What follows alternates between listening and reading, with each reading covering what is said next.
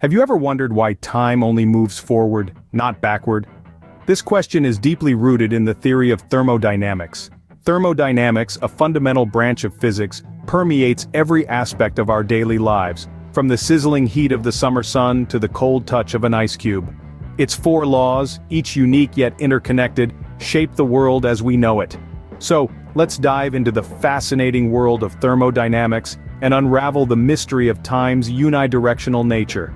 You've probably heard of the 3 laws of thermodynamics, but did you know there's a zeroth law? Yes, you heard it right. This law is all about thermal equilibrium, but what does this mean? Well, think of it like a party. If person A is friends with person B, and person B is friends with person C, then person A is most likely friends with person C. Similarly, if 2 systems are in thermal equilibrium with a third system, then they are in thermal equilibrium with each other. This might sound simple, but it's crucial. It allows us to compare temperatures and understand when heat transfer will occur. Without this law, we wouldn't be able to have a standardized temperature scale, and our understanding of heat transfer would be quite limited. So in essence, the zeroth law is like the unseen hero, the foundation of a house, setting the stage for us to understand the other laws. Now let's move on to the first law of thermodynamics, which you might know as the law of energy conservation.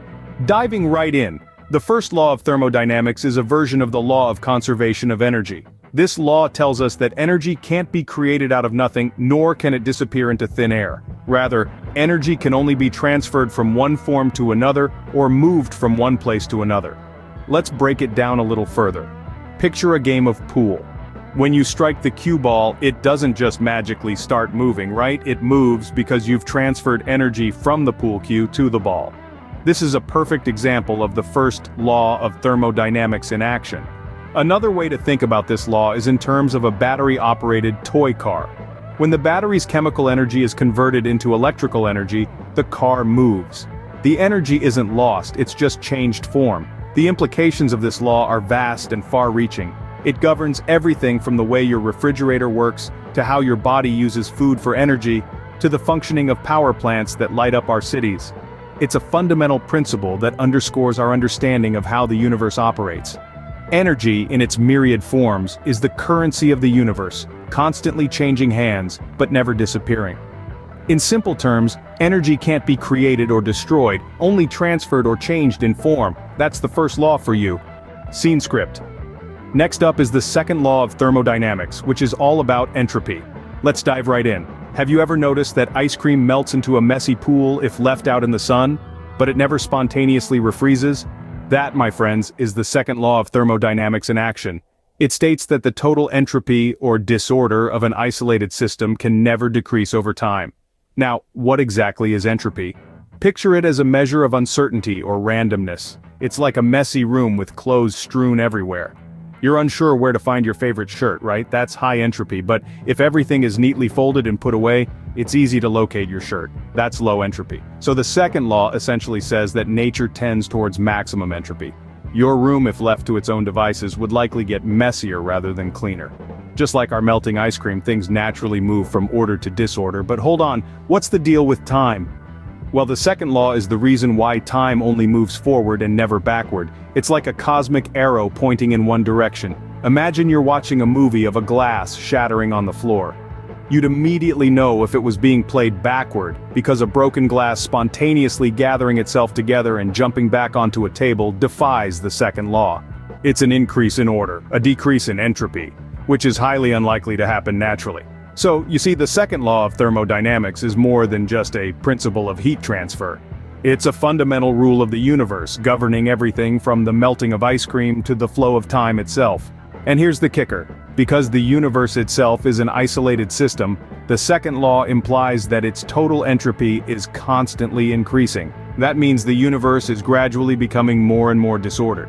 So, the universe is on a one-way street towards increasing entropy, or disorder. That's why time only moves forward, not backward.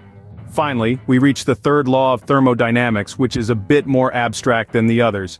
This law is all about the behavior of systems as they approach absolute zero. Now, what does that mean? Let's simplify it. Imagine you're trying to cool down a hot cup of coffee. As you let it sit, it loses heat, getting cooler and cooler, right? But here's the catch. No matter how long you wait, it will never reach absolute zero, or minus 273.15 degrees Celsius, to be exact.